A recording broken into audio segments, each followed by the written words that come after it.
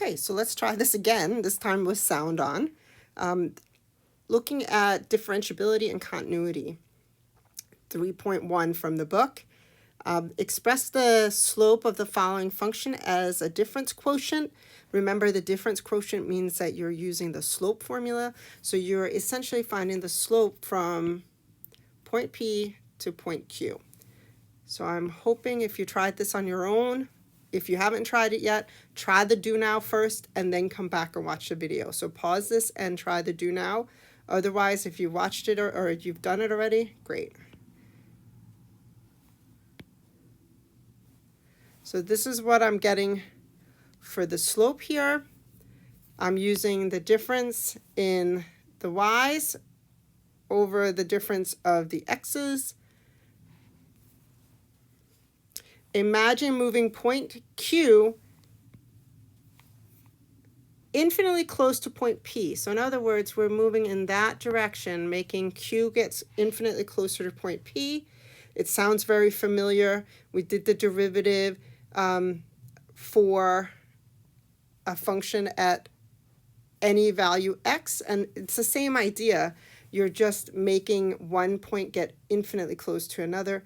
So in this case, what we'd end up doing is having x approach c then. Instead of having delta x, we're talking about moving x close to c, where c is some value.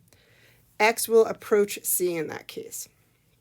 Now, if we take those two concepts of moving the slope formula between those 2 points and then moving one point infinitely close to the other, we should be able to write a limit combining the two answers in question 1 and 2. And this is how we got f prime of, and this is called an alternate definition for derivatives. It's just another way of defining derivatives.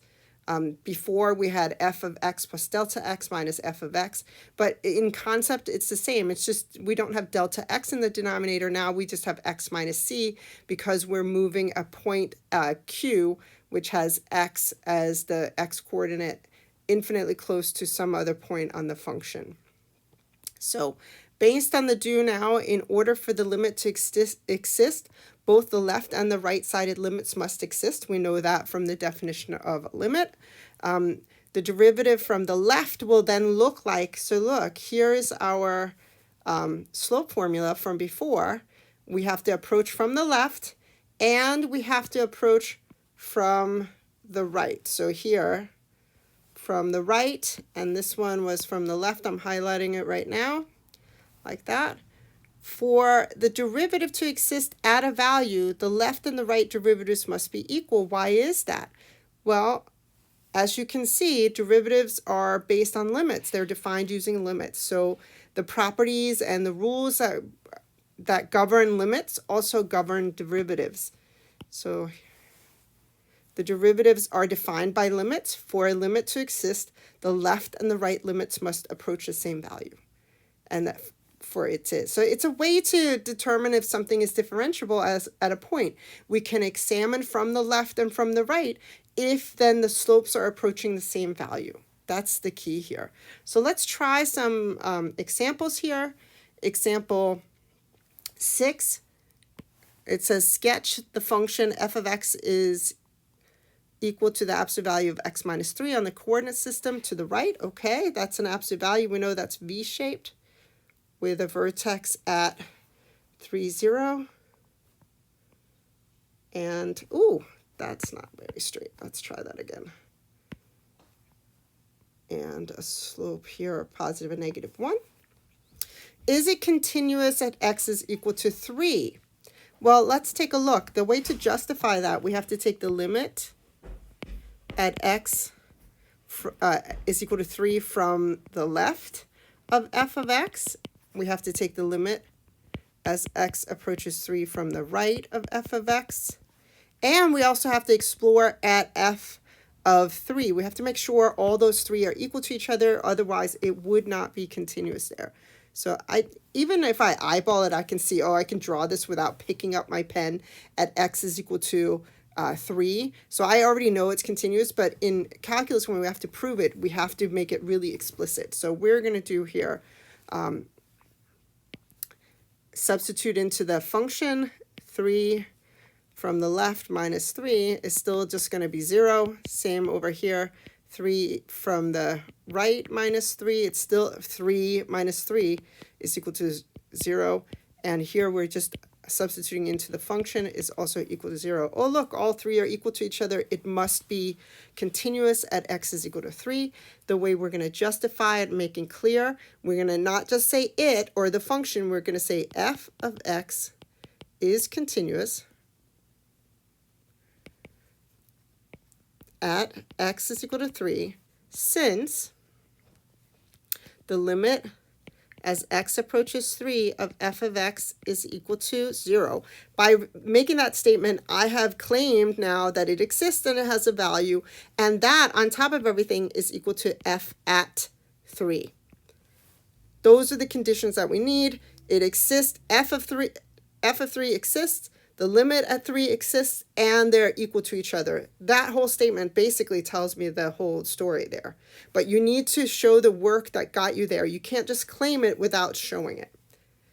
Is it differentiable? So find the left and the right derivative. So the way I'm going to do that, let's switch colors here. The limit as x approaches from 3 from the left, but now I have to take the slope formula. So I'm going to have to essentially take f of x minus f of c over x minus c. That's what I'm doing. I don't really have to write the formula every time, but just so you can see. And oh, in this case, the c's are 3's. Technically, oh, whoops, they're 3's from the right. So here, 3's from the right, not that I said right, I meant left. Substituting that into the function, it's going to be the limit as x approaches, 3 here from the left of the absolute value of x minus 3 is the one function minus the absolute value of 3 minus 3 here over x minus 3. I'm putting the little to the right just to make it explicit here. So now we end up with, all right, on the end, the part that I'm highlighting in blue, that part is equal to 0. So this simplifies to the limit as x approaches 3 from the left of the absolute value of x minus 3 over x minus 3.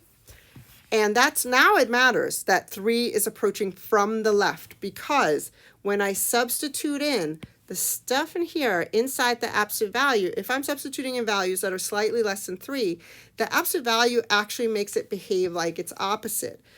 So in the limit, so whatever's in there becomes the negative of x minus 3 if I apply the absolute value to it over x minus 3.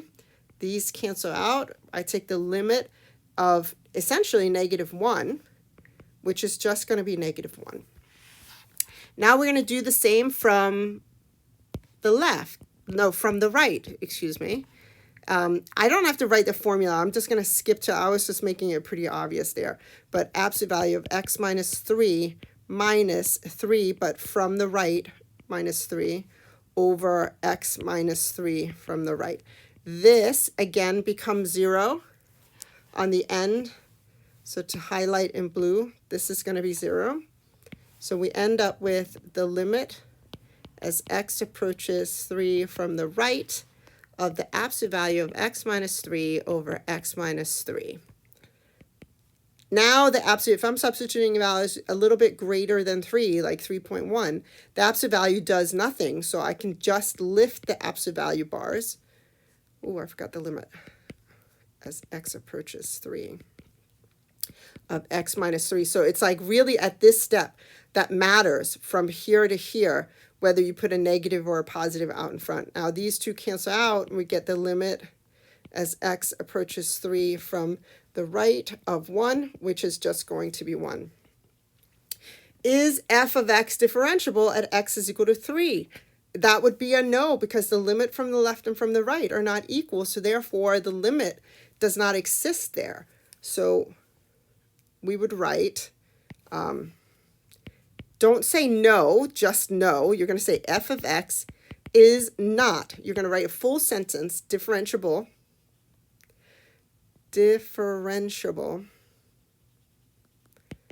at x is equal to 3, since, and in this case you could shorthand it, and I forgot to add that up here. Sometimes you will see notation like this, f prime of 3 from the right and f prime of 3 from the left. I'm just adding that to the previous one here. So since f prime of 3 from the right is not equal to f prime of 3 from the left, so they are not approaching the same, and you can even visually see it. From the left, the slopes are always -1 at 3, and on the right side of 3, the slopes of the branch is always +1. Does continuity then imply differentiability? Definitely not. No. Continuity does not imply differentiability.